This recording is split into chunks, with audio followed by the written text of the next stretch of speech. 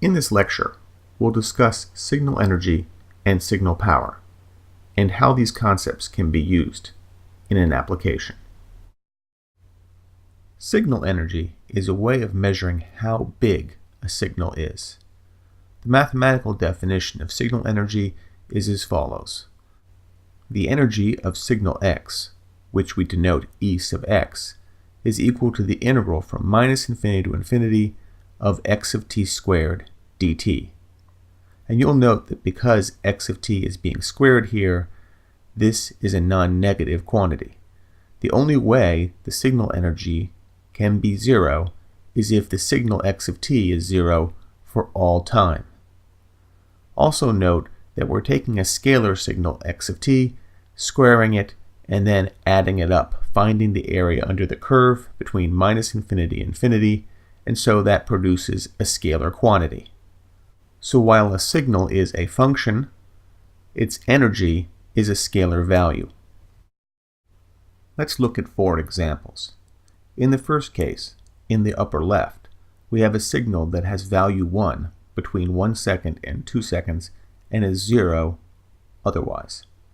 The energy of that signal will be 1 if we perform that integral and evaluate it. Then in the upper right, we have another signal. This signal has value 1 between 0 and 2 seconds, so its duration is twice as long, and because of this, its energy is twice as big. Next, let's look at the signal that's in the lower right. This has the same duration as the first signal. It lasts between 1 and 2 seconds. But during that time, it has a value of 2, so it's twice as big over that interval. Because of the squaring involved in signal energy, the signal energy here is 4 times as large as the one in the upper left. Finally, let's look at the signal in the lower left. This signal is 1 for all positive values of t, and so the area under the curve after we square this is infinite, and the signal energy for this signal is infinite as well. So the energy of a signal can be infinite even though the signal itself is bounded, and by bounded we mean that it doesn't go to infinity at any time. So let me note that the signals you see in the upper left, the upper right, and the lower right are all referred to as pulse signals, or sometimes called boxcar signals, because of their shape. They're 0, then they have a constant value, and then they're 0 again. The signal in the lower left has a special name too. It's referred to as the unit step signal. Unit because it has values of 1 for all t greater than 0, and step because it steps up from 0 to 1.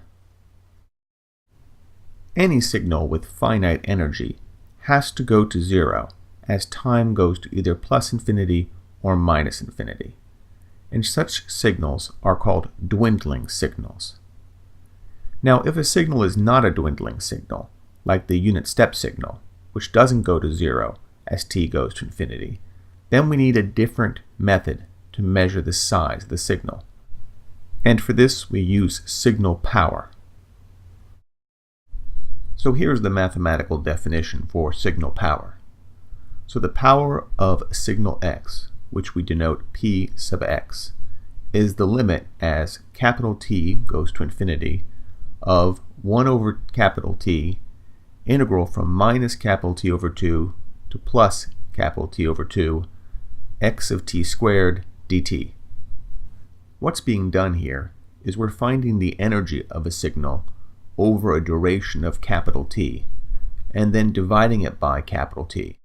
So this is finding the average value of x of t squared over the period from minus infinity to plus infinity.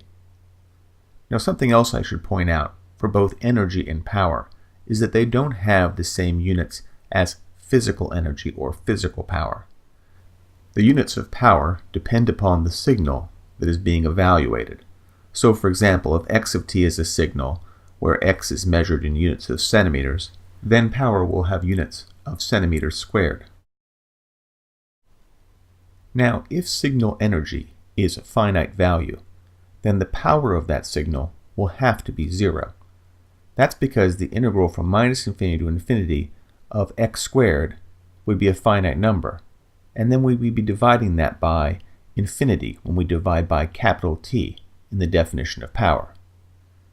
It should also be pointed out that some signals have infinite power and infinite energy. An example is the unit ramp signal shown in the lower right.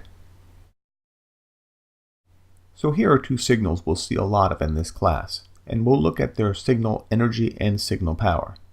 The first signal, shown in the upper right, labeled x, is the unit step signal we saw before. So the definition of that signal is as follows. X of t is 0 if t is less than 0, and x of t is 1 for t greater than 0. The second signal, which we'll see quite a bit of in this course, is the unit ramp signal. Y of t is 0 for t less than 0, and y of t is t for t greater than 0. So this signal keeps increasing as t gets larger. If we calculate the energy and power for these two signals, we'll find the following. For the unit step signal x, the energy of this signal is infinite, but the power is 1/2. For the unit ramp signal, shown in the lower left, signal y, the energy and power of this signal are both infinite. This is because y is growing unbounded as t goes to infinity. Now I'd like to point out a relationship between the signals x and y shown here. We find that y dot is equal to x. That is, the time derivative of the unit ramp signal is the unit step signal. This fact will be an important link in some topics we'll discuss later in the class.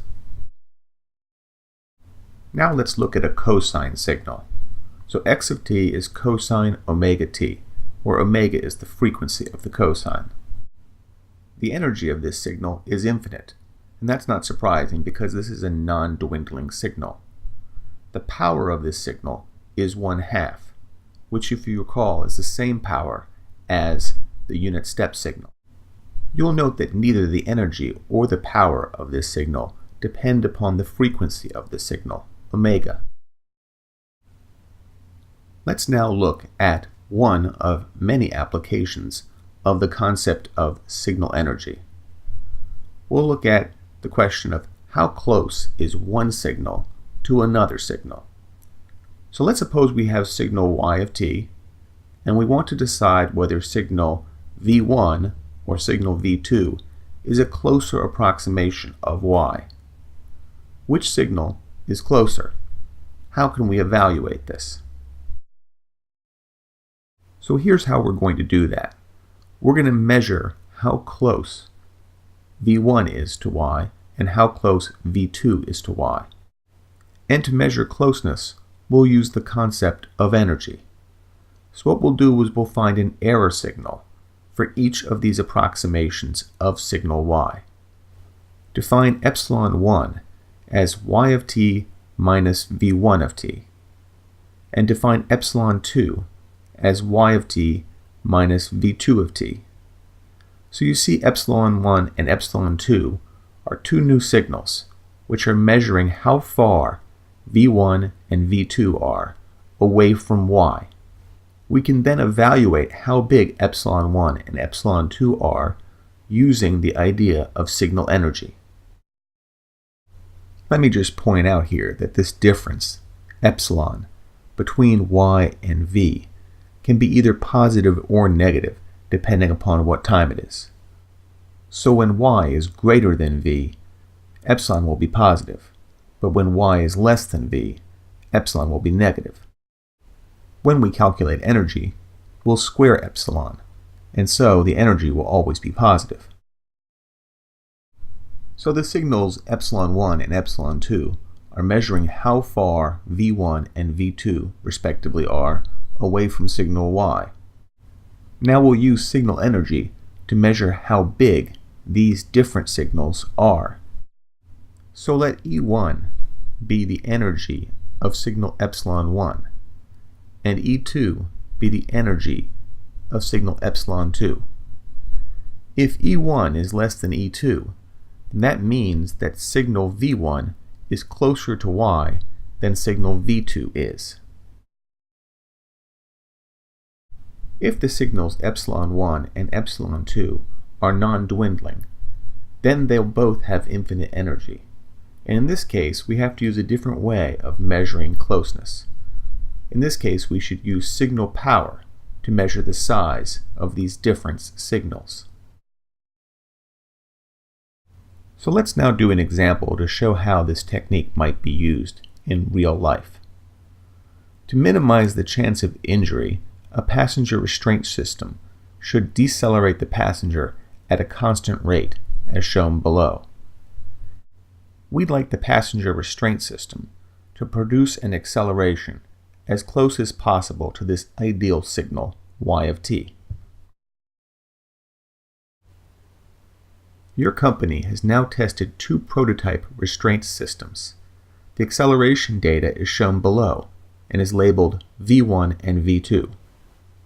Your job is to figure out which of these restraint systems produces a behavior closer to the ideal behavior given by y of t.